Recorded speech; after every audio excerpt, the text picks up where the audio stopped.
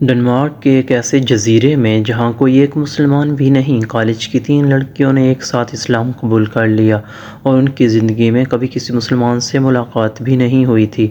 یہ ہیں یولیا، اس کی بہن اور سہیلی۔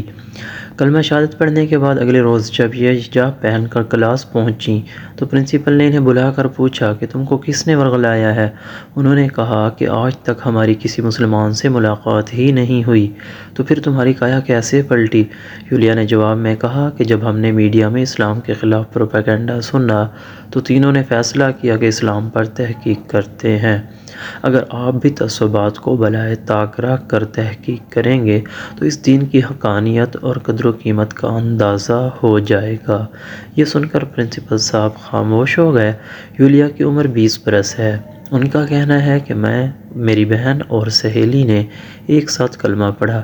یہ ہماری زندگی کا سب سے مبارک دن تھا۔ ہماری خوشی کا کوئی ٹھکانہ نہیں تھا۔ کلمہ پڑھ کر ہم روحانی طمانینت اور سکون ملا، اسے الفاظ میں بیان نہیں کر سکتی۔ اب تک کسی عالم دین تو دور کی بات ہے، عام مسلمان سے بھی ہماری ملاقات نہیں ہوئی تھی۔ سارے احکامات پر خود نیٹ سے معلومات حاصل کر کے عمل کرتے رہے۔ اسلام قبول کے بعد میں نے قرآن کریم کو بھی خود ہی پڑھنا شروع کیا۔ پھر تو میرے ذہن میں پہلے سے موجود ہر اشکال کا جواب ملتا رہا۔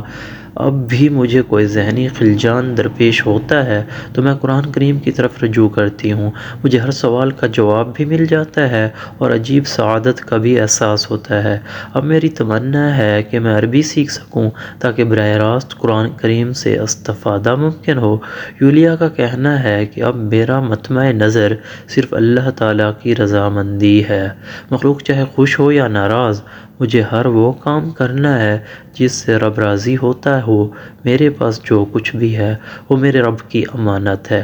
نماز، روزہ اور حجاب وغیرہ کو دیکھ کر میرے بعض عزیزوں نے کہا کہ یہ بہت مشکل مذہب ہے، اسے چھوڑ دو۔ اس کے ساتھ مجھے اسلام سے پھیرنے کا ہر حربہ استعمال کیا گیا۔ میں نے الٹا ان کو اسلام کی دعوت دینا شروع کی۔